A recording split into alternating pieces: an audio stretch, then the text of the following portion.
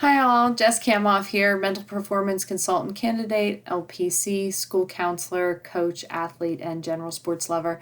I'm coming to you today with some tips and tools for navigating during this very difficult time in regards to sports. A few weeks ago, I know things were starting to look like they were possibly going to be returning to normal, or at least a little bit more normal, with getting back into tournaments and practices. And unfortunately, I know that some sports have already shut down because of positive cases. Some have so many restrictions that they don't even look like the sport that they are, and others haven't restarted yet.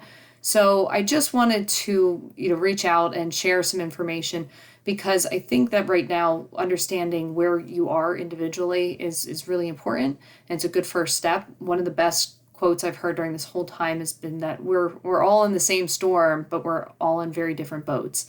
And that's really important to recognize because some athletes have looked at this as a positive. They've worked so hard and they've never really had any time to themselves or to do anything else.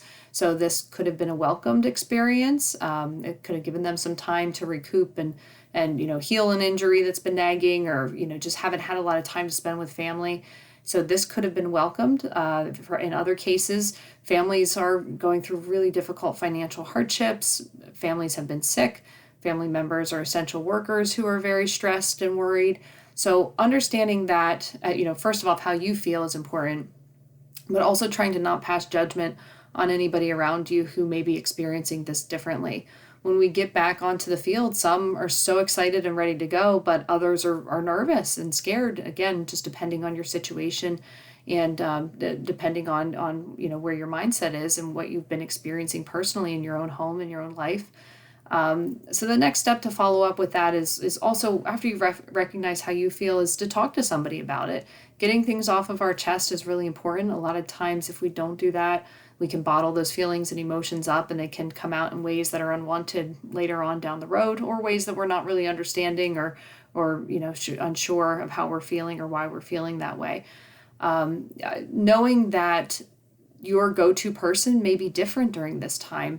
I had a client talk to me about how their go-to person is very different from them right now politically, and they can't talk like they used to. They've gotten very upset with each other. They get into arguments every time they talk now. And just recognizing that this could be a different person for you right now, and somebody that you can confide in and trust is very important.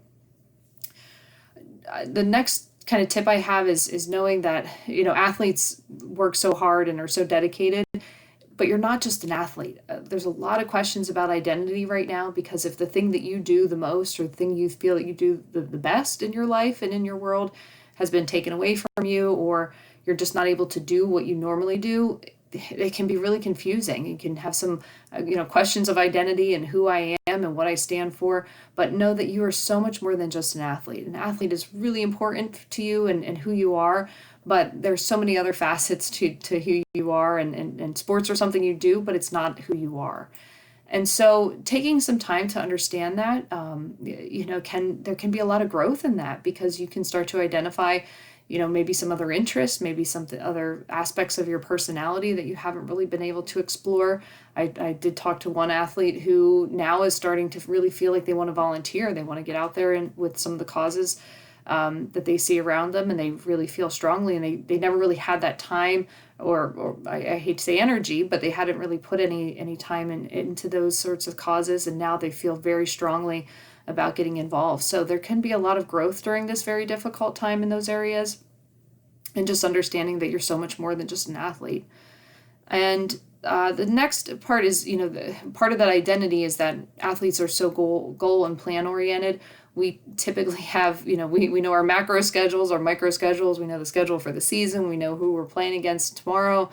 And since we don't have some of those, big goals or ending goals, just coming up with some of your own is really important. I know there's been a lot of talk about athletes trying something else, trying a different sport, just or honing in on a specific skill that you haven't had a whole lot of time to work on.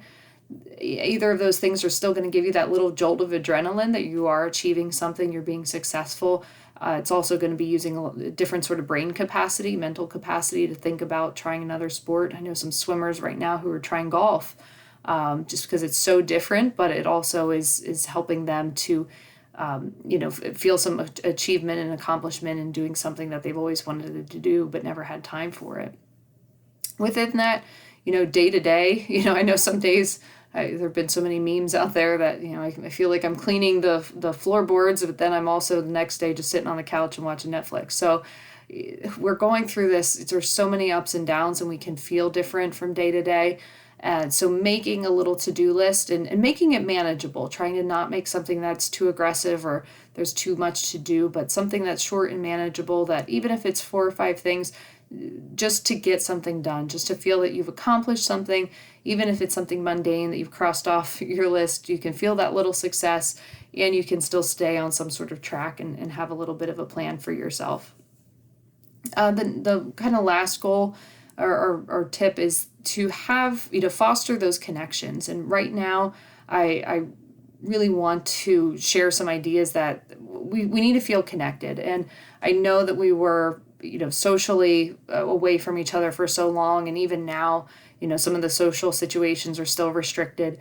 Just trying to make connections in other ways. And there have been some really cool ideas and some really creative things that people have done. I know Airbnb experiences, Airbnb, the website that you would log on for a vacation home, they actually are offering experiences with a lot of different chefs and I know there were musicians, but there's actually a whole separate list of Olympians. And so some of those Olympians are going into skill-based discussions on their sport, and then others are offering tips and ideas and sessions on motivation.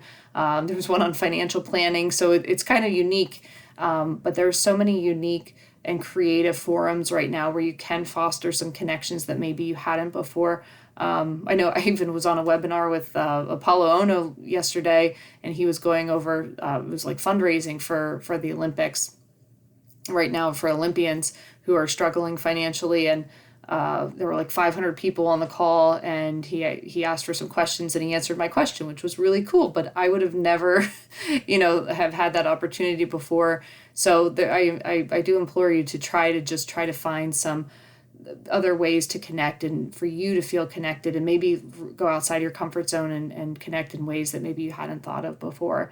So I know this is difficult. I know everybody's going through this differently, and these are just a few tips. There are many out there, but please feel free to reach out if you have any questions or there are other topics that I can help with during this difficult time.